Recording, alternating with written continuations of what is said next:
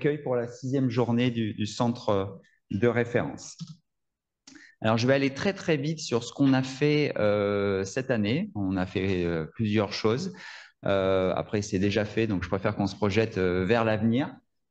En tout cas, on peut féliciter Marie-Élise et Wipke qui l'a aidé sur l'organisation de la journée du sclérodermie avec le cours de YouStar qui a été un succès. Je ne sais pas combien il y avait de personnes qui étaient là.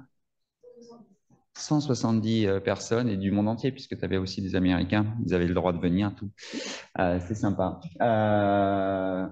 Et donc, très bientôt, puisque ça t'a pas suffi, donc tu enchaînes et tu organises pas le YouStar, mais le YouLAR, Immunologie Course. Donc, je me rends compte que c'est un peu trop tard pour en parler aux plus jeunes, puisque j'imagine que c'est déjà clôturé. Mais peut-être noter que c'est la 8e et donc il y aura probablement la 9e, puisqu'on a réussi à en faire jusqu'à 8. Et la 9e, vous pouvez y assister. Là, c'est à Valence et l'année prochaine, tu sais où ça sera? Vous rappelez aussi pour les vraiment plus jeunes qu'il y a un master innovation santé qui est organisé à Bordeaux et on vous accueille avec plaisir dans ce master 2. Vous pouvez trouver plus d'informations bien sûr sur le site de l'université, mais aussi je pense sur le site internet du centre de référence. Vous rappelez aussi que si vous décidez de faire le DU de web du CRI, vous avez le droit de vous inscrire à Bordeaux. Vous n'êtes pas obligé d'aller vous inscrire à Strasbourg. Les frais d'inscription peuvent être bordelais. En plus, je pense que comme vous êtes déjà inscrit à l'Université de Bordeaux, ça vous coûte moins cher. Et vous rappelez que cette journée du centre de référence, elle est bien sûr directement connectée au laboratoire Immunoconcept.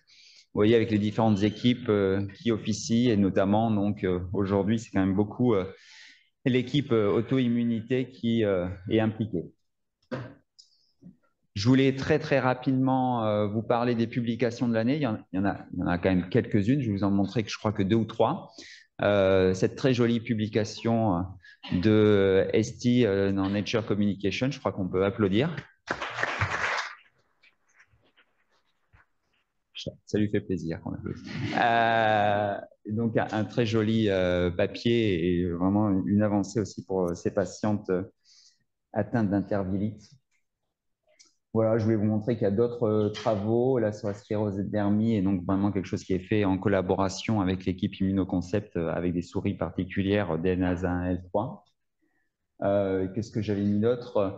Oui, ça, je pourrais peut-être dire un mot, Marie-Élise. Je trouvais ça intéressant quand j'ai commencé à regarder ce que je pouvais montrer, parce que j'ai vu que tu avais un nombre non négligeable de papiers qui commençaient à sortir via les collaborations de YouStar, puisque Marie-Élise a une implication importante au niveau de YouStar. Et je me suis dit que ça pouvait être aussi des fois l'opportunité pour les plus jeunes de faire des travaux à partir de la base de données YouStar. Je trouve que c'est intéressant d'en parler aujourd'hui, donc n'hésitez pas. Elle est là, Marie-Élise. Et après, parce que je ne sais plus trop quoi dire, et vous voyez, j'ai parlé que 4 minutes et que j'en ai encore 11, je me suis dit que j'allais vous parler d'un truc passionnant, qui est le plan national maladie rare 4, qui a été publié il y a 3 semaines, qui fait 96 pages. Et c'est vraiment passionnant.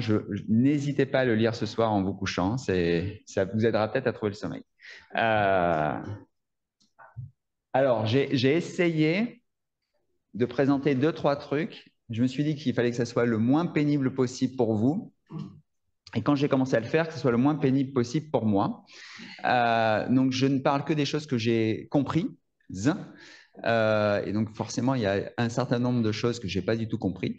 Mais on va y travailler dessus. Et j'ai aussi fait un choix de moins vous parler de pédiatrie, puisque nous sommes principalement des médecins adultes aujourd'hui. Et je ne vous parle pas énormément non plus de génétique, mais donc il y a beaucoup de choses qui sont dédiées à la pédiatrie et à la génétique. Je dirais même plus de choses qui sont dédiées à la pédiatrie et à la génétique qu'au reste. Alors, vous voyez, il va s'appeler, et je pense que le titre a son importance, des territoires vers l'Europe. Donc déjà, on voit qu'il est réfléchi, ces problèmes de déserts médicaux, et que les patients atteints de maladies rares, on doit pouvoir leur offrir une prise en charge, même quand ils habitent dans une zone sous-médicalisée, qui bien sûr va provoquer une errance diagnostique, puisque pas de médecin pour aider à faire le diagnostic.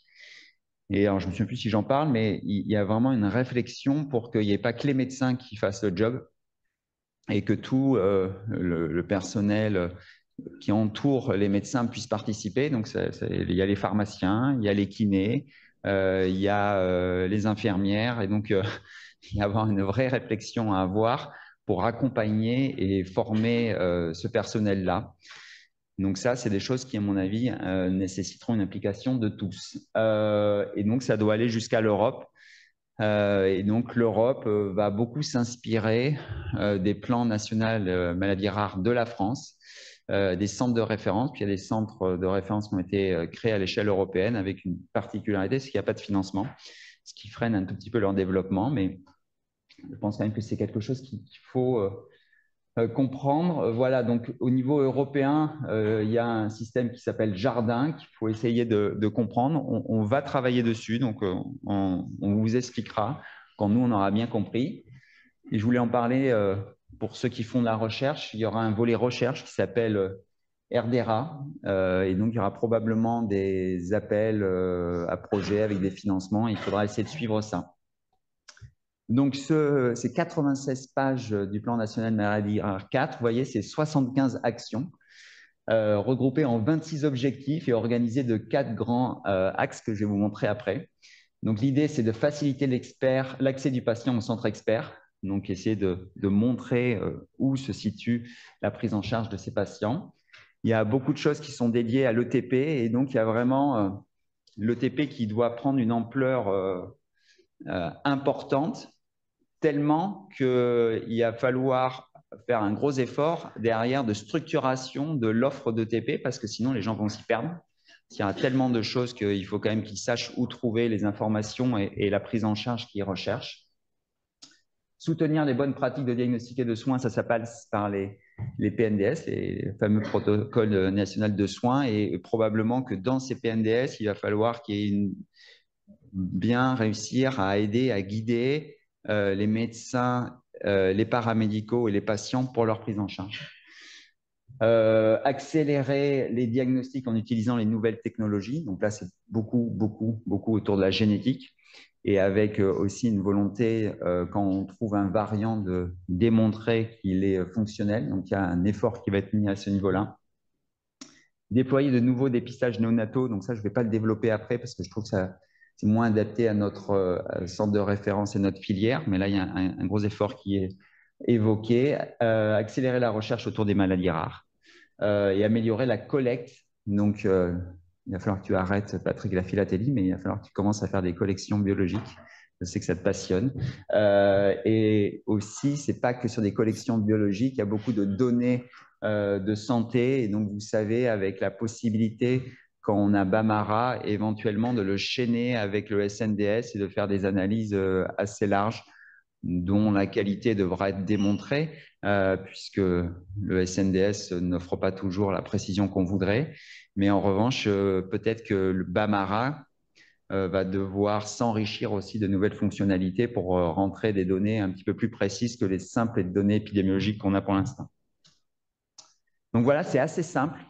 Il y a un schéma pour essayer de résumer tout ça.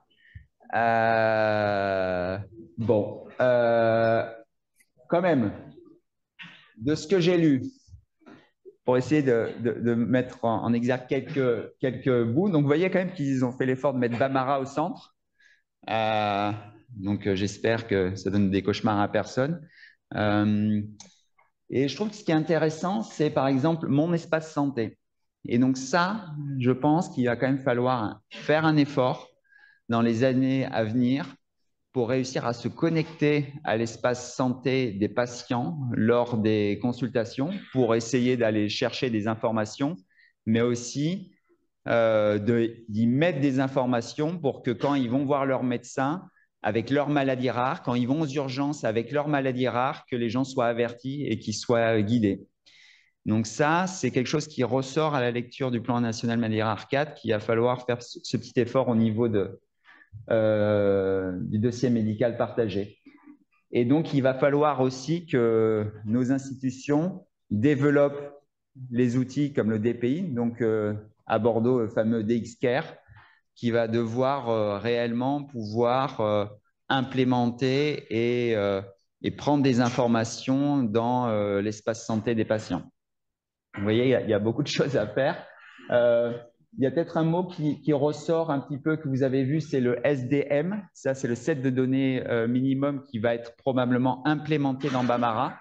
Et donc, pour certaines actions particulières, il y aura des petites pop-up dans Bambara où on mettra des informations supplémentaires, par exemple, sur les médicaments qu'on donne aux patients. Et oui, mais ça sera sur des projets. C'est-à-dire que quand on voudra faire un projet, par exemple, on va dire sur les interféronopathies et voir les nouveaux traitements, comme par exemple des traitements qui ciblent la voie des interférons, on pourra créer un set de données où on va pouvoir montrer à qui on le donne, comment on le donne, quelle est la tolérance, parce que ça c'est toujours ce qui intéresse l'ANSM pour voir le développement du médicament, et puis bien sûr quand même l'efficacité, c'est encore mieux quand c'est bien toléré et efficace. Ça va aussi probablement se développer.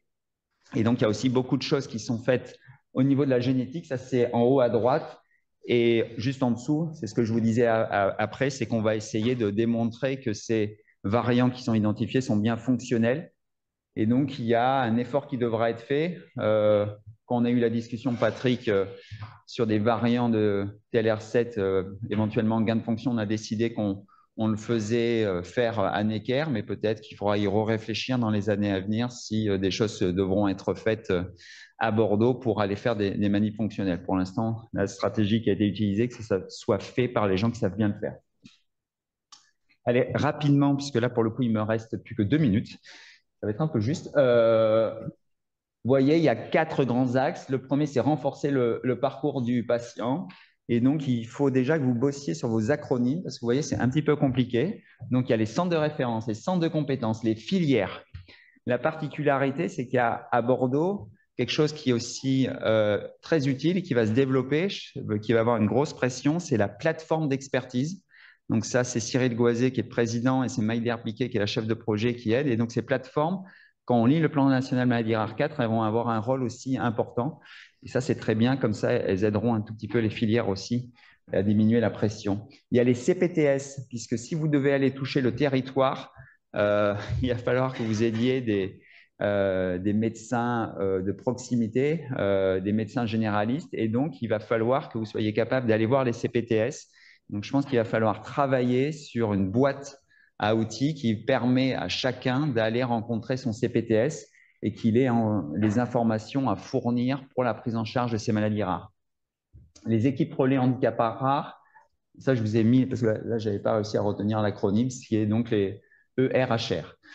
Il va falloir travailler sur les parcours de vie. Il y a un truc qui ressort beaucoup, c'est la transition. Donc la transition, on la connaissait pour l'adolescence, mais là ils ont créé 2 types de transitions différentes, qui est la transition grossesse. Donc ça, Esti travaille déjà beaucoup dessus, mais un truc qui faudra réfléchir. Comme ça, on a envie de balayer ça d'un revers de la main en se disant qu'on fait déjà ça, mais peut-être qu'on se trompe, peut-être il y a encore quelque chose de mieux à faire. C'est la transition vers le vieillissement, puisque vous savez que la population française vieillit et donc probablement qu'on va être confronté à un certain nombre de patients atteints de maladies rares qui vont devoir avoir aussi une prise en charge et peut-être une aide de nos collègues gériatres. Et donc, je vous en ai parlé de l'éloignement géographique. Donc, pour essayer de répondre à tout ça, ce qui est vraiment mis en avant, c'est la délégation de tâches. Et donc, ça peut aller notamment sur les IPA. Et ça, c'est quelque chose qu'il faudra travailler. Il va falloir travailler aussi avec nos collègues urgentistes pour qu'ils ne soient pas désemparés quand ils reçoivent nos patients. Et donc ça, n'hésitez pas. On a des cartes urgences pour pratiquement toutes les maladies. Elles sont quelque part dans le service. On peut vous les distribuer et on peut en commander de nouvelles si vous en avez besoin. Et aussi, vous voyez, il faudra que dans le dossier médical partagé, il y ait ces informations-là. Donc, rôle majeur des plateformes d'expertise, rôle aussi de l'ARS. les PNDS qu'il faudra travailler, l'ETP qu'il faudra travailler, l'IETP qu'il faudra travailler, enfin développer, mettre à disposition. La formation, donc la formation, il faut qu'elle soit au niveau universitaire. Il faudra qu'on discute notamment avec Pierre Merville qu'il y ait une formation sur les maladies rares. Je pense que c'est déjà le cas, mais ça doit être continué. Travailler avec Patrick Mercier sur le DPC, aussi au niveau des maladies rares. Valoriser le statut de patient partenaire, ça c'est quelque chose qui est aussi beaucoup développé.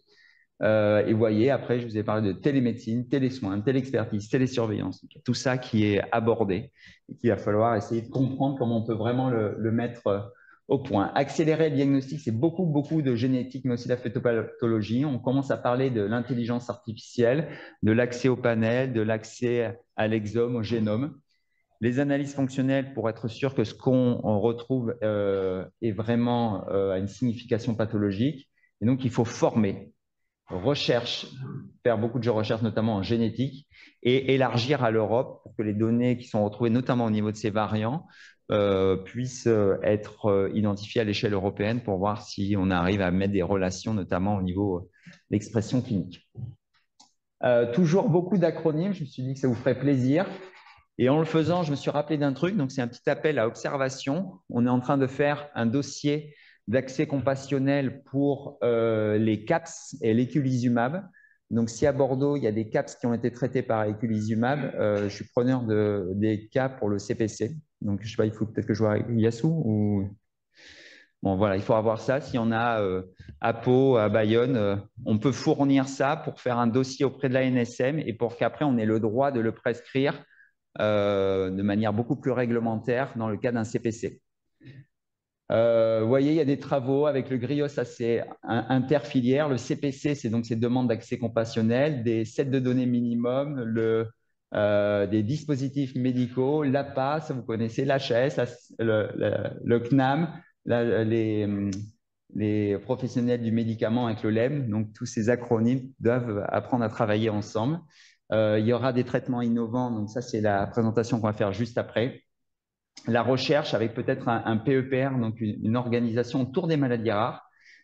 Et quand on parlait tout à l'heure de transition, il y a bien écrit aussi qu'il faut qu'il y ait une transition de la recherche jusqu'au lit du patient. Donc, c'est un mot qui ressort beaucoup, la transition. Il faudra faire des PHRC dédiés aux maladies rares et là aussi travailler pour que tout ça soit partagé au niveau de l'Europe. J'avance vite parce que je suis déjà en retard, mais c'est donc cette organisation qui est réfléchie avec ces sets de données et l'espace santé pour essayer de simplifier quand même quelque chose et faire des collections biologiques. Et vous voyez, il y a cette volonté que tout ça soit versé à l'Europe sur un modèle très français. Donc voilà, j'ai fini avec seulement 4 minutes de retard, c'est déjà trop. Ça, c'est pour remercier nos partenaires académiques qui nous aident à organiser cette journée. C'est pour remercier nos partenaires industriels qui nous aident énormément à organiser cette journée. Donc, je vous invite d'ailleurs à aller les rencontrer quand vous mangez les petits fours, les croissants et buvez votre café. Et je voulais juste vous montrer le programme avant de laisser la parole au prochain orateur. Merci.